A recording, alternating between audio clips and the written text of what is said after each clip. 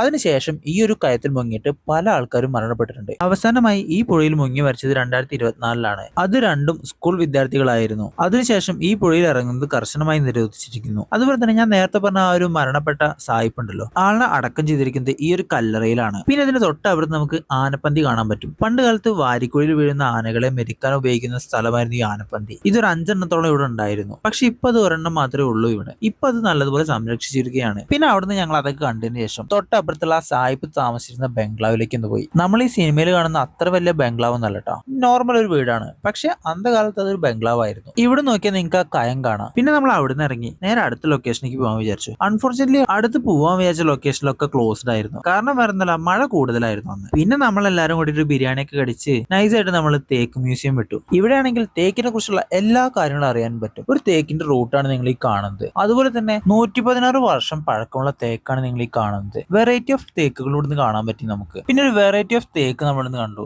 1995 കാലഘട്ടത്തിൽ തന്നെ 10 ലക്ഷം രൂപയ്ക്ക് വിറ്റുപോയൊരു തേക്കാണ് നിങ്ങൾ ഈ കാണുന്നത്. ഇവിടെ അവർ അതിന്റെ ഒരു സെക്ഷൻ മാത്രമാണ് പ്രദർശിപ്പിച്ചിട്ടുള്ളത് കേട്ടോ. പിന്നെ മ്യൂസിയത്തിൽ നമ്മൾ പല ഐറ്റംസ് നമ്മൾ കണ്ടു. ഈ ഒരു തേക്ക് കൊണ്ട് ഉണ്ടാക്കിയ പല പല ഉപകരണങ്ങൾ, അങ്ങനെ പലതും. സോ നിങ്ങളിത് കണ്ടിട്ടില്ലെങ്കിൽ ജസ്റ്റ് ഒന്ന് പോയി കാണും, നിലമ്പൂർ വഴി പോകുന്നവരാണെങ്കിൽ. എന്തായാലും നിങ്ങൾക്ക് വേസ്റ്റ് ഓഫ് ടൈം ഒന്നും ആവില്ല. അത് കഴിഞ്ഞാൽ തൊട്ടപ്പുറത്ത് ചെറിയൊരു പാർക്കൊക്കെ ഉണ്ട്. നമ്മൾ അവിടെ ഒന്ന് ചുറ്റി കറങ്ങി കണ്ട് അവിടെ നേരെ നമ്മുടെ വീട്ടിലേക്ക് തിരിച്ചു. അപ്പൊ എന്തായാലും ഇനി അടുത്ത സ്റ്റോറിയിൽ കാണാം.